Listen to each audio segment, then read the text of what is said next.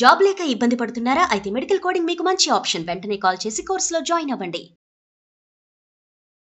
నమస్తే, నేను Keshav. Welcome to Suman TV. America ఆర్థిక సంక్షోభంలోకి వెళ్ళిపోతుందా? ప్రభుత్వాన్ని నిర్వహించడానికి కావాల్సినటువంటి ధనాన్ని ఇచ్చే స్థితిలో ట్రంప్ ప్రభుత్వం లేదా? దీనికి కారణాలేంటి విశ్లేషించే ప్రయత్నం చేద్దాం. మనతో పాటు అమెరికా నుంచి లైవ్ లో జాయిన్ అవుతున్నారు సాయి శ్రీనివాస్ భూమిరెడ్డి గారు, లా రీసెర్చర్, అలానే American affairs expert. Sai Srinivas గారు, నమస్తే.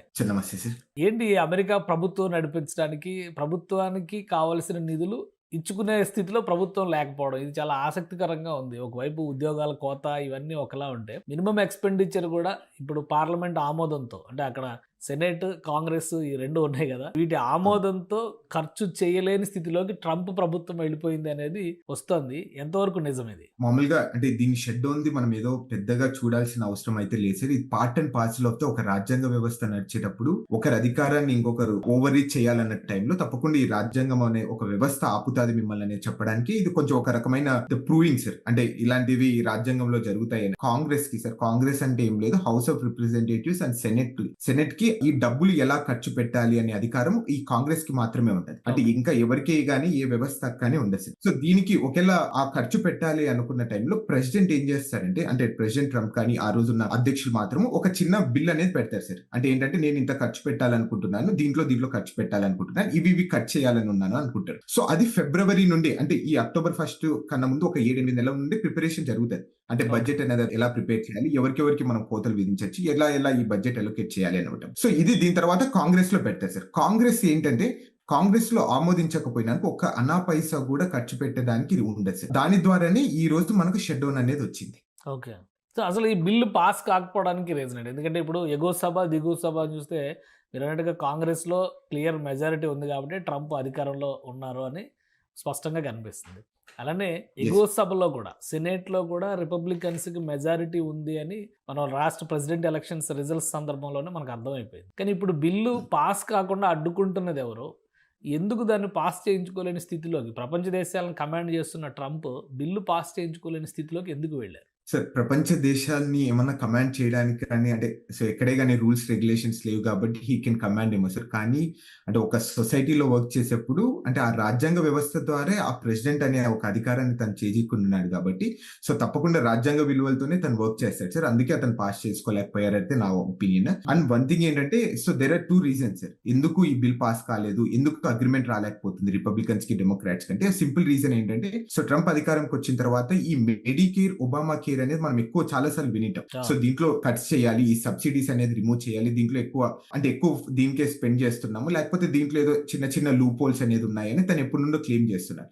సో ఈ బడ్జెట్ లో ఏం చేశారంటే, ఆ 2 కోతలు అనేది విధించడం జరిగింది. కంప్లీట్ గా ఆ 2 పదాలని రిమూవ్ చేశారు, చాలా వరకు తగ్గిస్తా రావడం జరిగింది ఈ హెల్త్ కేర్ దానికి. అప్పుడు దీనికి డెమోక్రాట్స్ ఏమంటున్నారంటే, డెమోక్రాట్స్ $1 ట్రిలియన్ ఈ ఒబామా కేర్ ఇట్లనే మెడికేర్ కి డబ్బులు ఇవ్వండి, మేము ఈ బిల్ ని ఓకే చేస్తాం అంటున్నారు. సో కానీ ట్రంప్ అడ్మినిస్ట్రేషన్ మాకు అది అవసరం లేదు, దీని ద్వారా అంటే ఈ హెల్త్ ఇష్యూస్ అనేది మళ్ళీ దాని గురించి మనం మాట్లాడుకుందాము, ఇప్పుడు మాత్రం ప్రస్తుతానికి మాత్రం ఈ బిల్ అనేది పాస్ చేయండి అంటే దాంట్లో డిసగ్రిమెంట్ అనేది జరిగింది. సో దీంట్లో ఫస్ట్ ఏమైందంటే, హౌస్ ఆఫ్ రిప్రజెంటేటివ్స్ లో ఒక చిన్న బిల్ పెట్టడం జరిగింది, అంటే కంటిన్యూయింగ్ రెజల్యూషన్ అంటారు. కంటిన్యూయింగ్ రెజల్యూషన్ అంటే, ఈ మనం ఇంకా ఫుల్ అగ్రిమెంట్ కి రాలేదు కాబట్టి బడ్జెట్ లో మనం ప్రస్తుతానికి 9 వారాలు సరిపోయే నిధుల కోసం మనం ఫస్ట్ తాత్కాలికమైన బడ్జెట్ పెడదాము, దీని తర్వాత మనం డిస్కస్ చేద్దామని చెప్పడం జరిగింది. సో దానిలో కూడా విభేదించడం జరిగింది వీళ్ళు. సో హౌస్ ఆఫ్ రిప్రజెంటేటివ్స్ లో పాస్ కావడం జరిగింది. మళ్ళీ సెనేట్ లో బిల్ పెట్టినప్పుడు సెనేట్ కు అధికారం ఉంటుంది సార్. రూల్ 22 అనే ఒక అధికారం ఏమైతుందంటే, ఒక బిల్ పెట్టినప్పుడు అన్లిమిటెడ్ గా దాని గురించి డిబేట్ చేయొచ్చు. అంటే ఎన్ని రోజులైనా, ఎన్ని సంవత్సరాలైనా, ఎన్ని నెలలైనా, ఎన్ని దశాబ్దాలైనా అట్లనే చేసుకుంటా వెళ్ళొచ్చు. దీన్ని ఆపడానికి ఆ రోజున్న అధికారులు, అంటే అధికార పార్టీ ఎవరున్నారు ఈ రోజు ప్రస్తుతం రిపబ్లికన్స్, దాన్ని ఆపడానికి క్లాటర్ అనే ఒక పదాన్ని వాడతారు సార్. అంటే ఈ అన్లిమిటెడ్ డిబేట్స్ వద్దు, మనము బిల్ గురించి మాట్లాడదాం, ఫైనల్ ఓటింగ్ అనేది వెళ్దాము అనే దానికి. ఆ టైంలో ఏమైతుందంటే, ఆ క్లాటర్ అనే దాన్ని అధికారాన్ని వాడాలంటే 60% మంది, అంటే ఈ సెనెట్ లో ఉన్న 60% మంది దానికి ఓట్లు వేయాలి. ఇక్కడ ఏమైతుంది, మీరు చెప్పినట్టు తప్పకుండా రిపబ్లికన్స్ కి సెనెట్ లో కూడా అధికారం ఉంది, వాళ్ళకి 55 మంది ఉన్నారు, అట్లనే వీళ్లకు సుమారు 45 మంది ఉన్నారు. కానీ ఇది పాస్ కావాలంటే 60% కావాలి, అంటే సుమారు 5 ఓట్లు తగ్గడం వల్లనే ఈ క్లాటర్ అనే దాన్ని ఇంప్లిమెంటేషన్ చేయకోకుండా ఈ బడ్జెట్ అనేది ఆగిపోయింది. అదే సింపుల్ రీజన్స్ అక్కడ. ఓకే. సో అంటే ఈ బడ్జెట్, ఈ ఫైల్ ఒక విధంగా చెప్పాలంటే ఇది ఫైనాన్స్ బిల్లు లాంటిది. సో ఈ ఫైనాన్స్ బిల్లు మూవ్ అవ్వకపోతే ఎలాంటి పరిస్థితి ఇవన్నీ కూడా అమెరికన్ కాన్స్టిట్యూషన్ ఇచ్చినటువంటి ప్రివిలేజెస్. అందులో భాగంగా జరుగుతున్నటువంటి ప్రజాస్వామ్యపూరితమైనటువంటి చర్చగానే మనం చూడాలి. సో ఇప్పుడు అవును ఇప్పుడు సార్. బయటపడడానికి ఏంటి మార్గం ఏంటి? ఎన్ని రోజులు ఇలాగా ఈ స్ట్రగుల్, షట్ డౌన్, గవర్నమెంట్ ఎంప్లాయీస్‌కి ఉద్యోగాలు లేవని, జీతాలు లేకుండా కూడా కొంతమంది పని చేయాల్సొస్తుందని, లాస్ట్ టైం కూడా 2018 ఆ టైంలో ట్రంప్ అడ్మినిస్ట్రేషన్‌లోనే సేమ్ సిమిలర్ సినారియో ఏర్పడింది అమెరికన్ కాన్స్టిట్యూషన్‌లో అనేటువంటిది ఇప్పటివరకు వస్తున్నటువంటి సమాచారం. సో ఏంటి దీని అవును నుంచి సార్. బెయిలౌట్ ప్యాకేజ్ ఏమన్నా ఉందా డొనాల్డ్ ట్రంప్ గారికి? సో బెయిలౌట్ ప్యాకేజ్ ఏం లేదు సార్. అంటే కొంచెం బైపార్టిషన్ అగ్రీమెంట్ అనేది జరగాలి సార్ వాళ్ళిద్దరి మధ్య. అంటే డెమోక్రాట్స్ ఏం ఎక్స్‌పెక్ట్ చేస్తున్నారు అంటే ఆ మెడికేర్ గాని లేకపోతే ఒబామా కేర్‌లో ఆ ఫండ్స్ అనేది ఇవ్వడం వల్ల సో అనేది కంప్లీట్‌గా ఒక అగ్రీమెంట్‌కి వచ్చేస్తారు. ఈవెన్ ట్రంప్ అడ్మినిస్ట్రేషన్ కూడా అంటే ట్రంప్ కూడా ఒక చిన్న స్టేట్మెంట్ చేయడం జరిగింది. సో నాకైతే ఏం ఇష్యూస్ లేదు ఈ షట్ డౌన్ ద్వారా. సో దీని ద్వారా చాలా మంది జాబ్స్ కట్ చేసుకోవచ్చు. అట్లనే ఈ డెమోక్రాట్స్ పెట్టిన కొన్ని పథకాలున్నాయి, కొన్ని స్కీమ్స్ ఉన్నాయి. దీన్ని కూడా నేను కట్ చేసే అవకాశం కూడా ఉంటదని కూడా తను బహిరంగంగా చెప్పడం జరిగింది.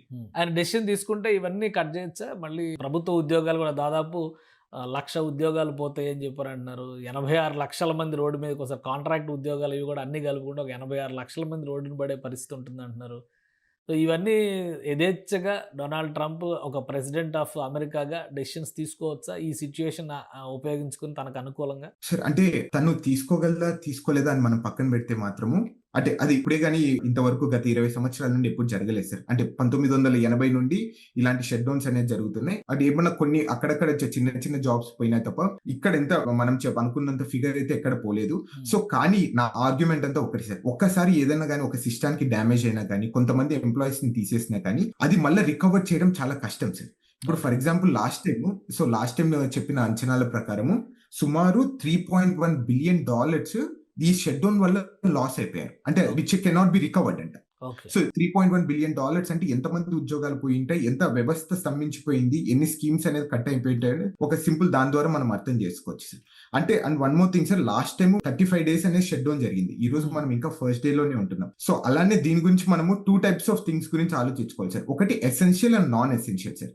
ఓకే. ఎసెన్షియల్ వాళ్ళకు మనం అనుకున్న విధంగా ఎక్కడే గానీ ఎఫెక్ట్ కాదు సార్. అంటే ఫర్ ఎగ్జాంపుల్ ఆర్మీ కానీ, సో లేకపోతే ఇక్కడ పోలీస్ వ్యవస్థ కానీ, సో లేకపోతే వైట్ హౌస్ లో ఉన్న వర్క్ ఫోర్స్ కానీ ఇవన్నీ అలానే నడుస్తాయి సార్. కానీ నాన్ ఎసెన్షియల్ ఉంటాయి కదా సార్. ఇప్పుడు డిపార్ట్మెంట్ ఆఫ్ ఎడ్యుకేషన్ కానీ, లేకపోతే చిన్న చిన్న కోర్ట్స్ కానీ, అట్లనే నార్మల్ గా ఈ వీసా ప్రాసెసింగ్ కానీ ఇవన్నీ ఎఫెక్ట్ అయిపోతాయి సార్. ఓకే. సో వాళ్ళకు తప్పకుండా మీరు అన్నట్టు వాళ్ళకు ఉద్యోగాలు పోయే ఛాన్స్ ఉంటుంది. అట్లనే జీతభత్యాలు కూడా వాళ్ళకు రిటర్న్ తీసుకోకపోవచ్చు కూడా సార్ దాని ద్వారా. ఇప్పుడున్న సినారియోలో లాస్ట్ టైం లాగా 30 రోజులు అంటే నెల రోజులు 2 నెలలు నడిచే అవకాశం ఉందా? లేదా ఒక కాంప్రమైజ్కి వచ్చేటువంటి ఛాన్సెస్ ఏమైనా ఉన్నాయా Democrats and Republicans? So usual గా అంటే ఇప్పుడు ప్రస్తుతం పరిస్థితులు అయితే ఈ రోజు మనం చూసుకునే విధంగా అయితే ఎక్కడ కానీ కాంప్రమైజ్ కి వెళ్ళే అవకాశం అయితే కనపరావడం లేదు సార్. అంటే ట్రంప్ అడ్మినిస్ట్రేషన్ ఏం చెప్తున్నారంటే ఈ మెడికేర్, ఒబామా కేర్ అనేది కంప్లీట్ గా డిఫరెంట్ ఇష్యూ. దాని గురించి మనం సపరేట్ గా మాట్లాడదాము. ఇది ఎందుకు మీరు దీంట్లో మిక్స్ చేసి ఈ ఫండింగ్ దాంట్లో మాట్లాడుతున్నారు అని తను క్లెయిమ్ చేస్తున్నారు. సో కానీ డెమోక్రాట్స్ ఏమంటున్నారంటే ఇది ఒబామా కేర్ కానీ మెడికేర్ తీయడం వల్ల కొన్ని లక్షల మంది అమెరికన్ ఫ్యామిలీస్ అనేది స్తంభించిపోతాయి. చాలా మంది హెల్త్ కేర్ సర్వీసెస్ అనేది తీసుకోలేరు అనేది వాళ్ళు ఆర్గ్యూ చేస్తున్నారు. అంటే ఇది కూడా వన్ ఆఫ్ ద ఎసెన్షియల్ కమోడిటీగా మీరు ఆలోచించుకొని దీనికి కూడా ఫండ్స్ ఇవ్వండి అనేది వాళ్ళు చెప్తున్నారు. అంటే ఎక్కడే గానీ సో పొందన అనేది వాళ్ళకి ఎక్కడ కనపరావడం లేదు సార్. సో తప్పకుండా ఇంకా నిలబడాలంటే కొంతకాలం వేచి ఉండాల్సిందే. వేచి ఉండాల్సిందేది వస్తుంది. అంటే దీని ద్వారా అంటే మనం ఎఫెక్ట్ అవుతామా లేదా అనేది కూడా ఒక చిన్న క్వశ్చన్ మార్క్ లో ఉండిపోతున్నాం సార్ మనం. Right. Thank you Srinivas Reddy గారు విశ్లేషణ అందించినందుకు. ఇది అమెరికాలో పరిస్థితి షట్ డౌన్ అనేటువంటి నినాదం మొదలైంది. ఆల్రెడీ ఒక రోజు గడిచిపోయినటువంటి స్థితి. ఇక డెమోక్రాట్స్కి రిపబ్లికన్స్కి మధ్య ఒక అండర్స్టాండింగ్ రాకపోతే ఈ ఫైనాన్స్ బిల్లు పాస్ అవడం అనేది అసాధ్యం. రాజ్యాంగం ఇచ్చినటువంటి వెసులుబాటును ఉపయోగించుకొని ప్రతిపక్షం ట్రంప్ను ఇరుకును పెట్టేటువంటి ప్రయత్నం చేస్తోంది.